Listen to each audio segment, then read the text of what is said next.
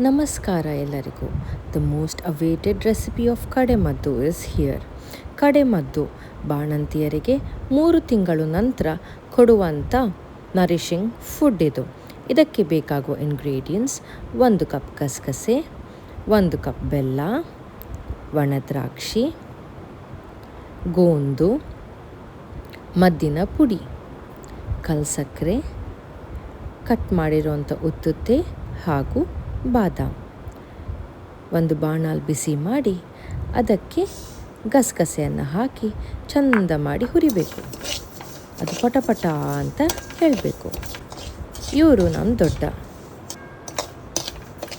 ಅದು ಹುರಿದ ಮೇಲೆ ಅದನ್ನು ಒಂದು ಮಿಕ್ಸರ್ ಜಾರ್ಗೆ ತಣ್ಣಗಾದ ನಂತರ ಇದನ್ನು ಗ್ರೈಂಡ್ ಮಾಡಿ ಇಡಬೇಕು. ಅದೇ ಬಾಣಲ್ಗೆ ತುಪ್ಪ ಹಾಕೋದು. ಎಷ್ಟು ತುಪ್ಪ ಬೇಕು, ಎಲ್ಲಿ ಈ ಮದ್ದು ಸಿಗತ್ತೆ, ಎಲ್ಲಿ ಈ ಇಂಗ್ರೀಡಿಯೆಂಟ್ ಸಿಗತ್ತೆ ಅನ್ನೋದನ್ನು ನಾನು ವಿಡಿಯೋ ಕಡೆಯಲ್ಲಿ ಹೇಳ್ತೀನಿ. Till then wait and watch.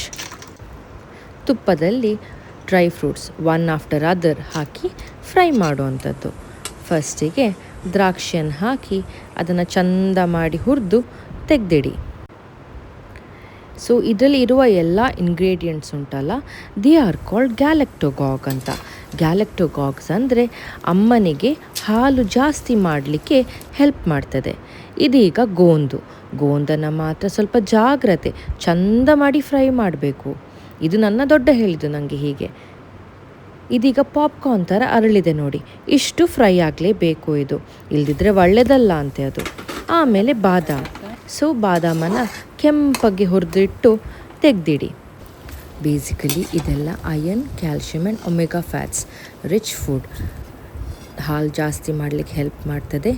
ಗಸಗಸೆಯಿಂದ ನಿದ್ದೆನೂ ಚೆನ್ನಾಗಾಗತ್ತೆ ಆ್ಯಂಡ್ ಬ್ಯಾಕ್ ಪೇನೆಲ್ಲ ಆಗದಾಗೆ ಗೋಂದ್ ಹೆಲ್ಪ್ ಮಾಡುತ್ತೆ. ಈಗ ಉತ್ತುತ್ತೆಯನ್ನು ಫ್ರೈ ಮಾಡಿ ತೆಗೆದಿಡೋ ಅಂಥದ್ದು.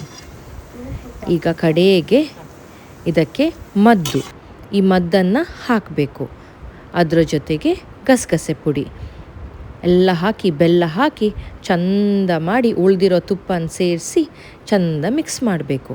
ಇದೆಲ್ಲ ಇಂಗ್ರೀಡಿಯೆಂಟ್ಸ್ ಎಲ್ಲಿ ಸಿಗತ್ತೆ ಅಂದರೆ ಉಡುಪಿಯ ಅನಾಮಯ ಕ್ಲಿನಿಕ್ಕಲ್ಲಿ. ಇದು ಡಾನ್ ಬಾಸ್ಕೋ ಚರ್ಚ್ ಆಪೋಸಿಟ್ ಇದೆ.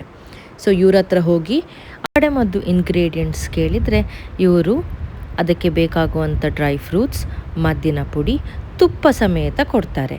ಸೊ ಅಷ್ಟೇ ಪ್ರಮಾಣದಲ್ಲಿ ನಾವು ಮಾಡುವಂಥದ್ದು. ಕಡೆಗೆ ಕುಂಕುಮ ಕೇಸರಿ. ನಮ್ಮ ದೊಡ್ಡ ಮಾತ್ರ ಉಂಟಲ್ಲ, ಸ್ವಲ್ಪ ಎಕ್ಸ್ಟ್ರಾ ತುಪ್ಪ, ಎಕ್ಸ್ಟ್ರಾ ಡ್ರೈ ಫ್ರೂಟ್ಸ್ ಹಾಕಿ ಮಾಡ್ತಾರೆ. ಯಾಕಂದರೆ ಇದು ಬಾಣಂತಿಯರಿಗೆ ಅಷ್ಟೇ ಅಲ್ಲ, ಮನೆಯಲ್ಲಿ ಇರುವ ಎಲ್ಲರಿಗೂ ಸಹ ಇಷ್ಟನೇ ಇದು. ಸೊ ಬಾಣಂತಿಗೆ 1 ಡಬ್ಬ ಆದರೆ 1 ಡಬ್ಬ ತೆಗೆದಿಟ್ಟು ಬಿಡ್ತಾರೆ ದೊಡ್ಡ ಮುಂಚೆನೇ. ಯಾಕಂದರೆ ಎಲ್ರಿಗೂ ತಿನ್ನಲಿಕ್ಕೆ ಸ್ವಲ್ಪ ಕೊಡ್ತಾರೆ ಆವಾಗ. ಇದಾಗಬೇಕಾದ್ರೆ ಫುಲ್ ಪರಿಮಳ ಅಂದರೆ ಪರಿಮಳ. ಅದಕ್ಕೋಸ್ಕರ ಯಾರ್ದು ಕಣ್ಣು ಬೀಳಬಾರ್ದು ಅಂತ ರಾತ್ರಿ ಮಾಡೋದು.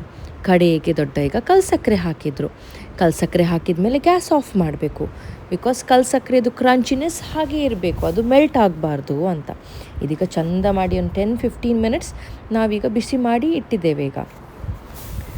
ಇದೀಗ ಕಡೆಗೆ ಉಂಟಲ್ಲ ದೊಡ್ಡ, ಅದರದ್ದು ದೃಷ್ಟಿ ತೆಗೆಯೋದು. ಮಾಡಬೇಕಾದ್ರೆ ಎಲ್ರಿಗೂ ಬಾಯಲ್ಲಿ ನೀರು ಬರ್ತದಲ್ಲ, ಅದರ ಪರಿಮಳಕ್ಕೆ ಪರಿಮಳ ಹೇಳ್ತಾರಲ್ಲ. ಬಾಣಂತಿ ಹೊಟ್ಟೆ ಹಾಳಾಗಬಾರ್ದಲ್ಲ ತಿಂದಮೇಲೆ, ಅದಕ್ಕೋಸ್ಕರ ದೃಷ್ಟಿ ತೆಗೆದು ಹಾಕ್ತಾರೆ. ದೊಡ್ಡ ನಂಗೊಂಚೂರು ಕೊಡ್ತೀರಾ ಈಗ? ಇದು ಯಾವಾಗ ತಿನ್ನಬೇಕು ಅಂದರೆ ಬೆಳಿಗ್ಗೆ ಖಾಲಿ ಹೊಟ್ಟೆಗೆ ಬ್ರಷ್ ಮಾಡೋ ಮುಂಚೆನೇ ತಿನ್ನುವಂಥದ್ದು. ಇದೊಂದು ತುಂಬ ಸ್ವೀಟ್ ಅಂತೇನಿರಲ್ಲ, ಇದು ಹದಾ ಸ್ವೀಟ್ ಇರುತ್ತೆ. ಯಾಕಂದರೆ ಹೆಚ್ಚು ಬೆಲ್ಲ ಸಹ ಇಲ್ಲ, ಹೆಚ್ಚು ಕಲ್ಸಕ್ಕರೆ ಸಹ ಇಲ್ಲ. ಸೊ ಹದಾ ಸ್ವೀಟ್ ಆಗಿರುತ್ತೆ. And the crunchiness of gond, it's amazing. ಹೇಳಬೇಕಾದ್ರೆ ಬಾಯಲ್ಲಿ ನೀರು ಬರ್ತಾ ಇದೆ ನನಗೆ. And this is our favourite. ನಾನಂತೂ ದೊಡ್ಡನ ಹತ್ರ 2 ಸಲ ಮಾಡ್ಕೊಂಡು ತಿಂದಿದ್ದೀನಿ. ನೀವು ನಿಮ್ಮ ಮಕ್ಕಳು ಹೆತ್ತಾಗ ಇಂಥ ಅಮೇಝಿಂಗ್ ಯಮ್ಮಿ ಕಡೆಮದ್ದು ಮಾಡಿ ಕೊಡಿ ಅವರಿಗೆ. ಸಂಪ್ರದಾಯನ ಲೈಕ್, ಫಾಲೋ, ಶೇರ್ ಮಾಡಲು ಮರಿಬೇಡಿ. ಹೋಗಿ ಬರ್ತೀನಿ ಆಯಿತಾ?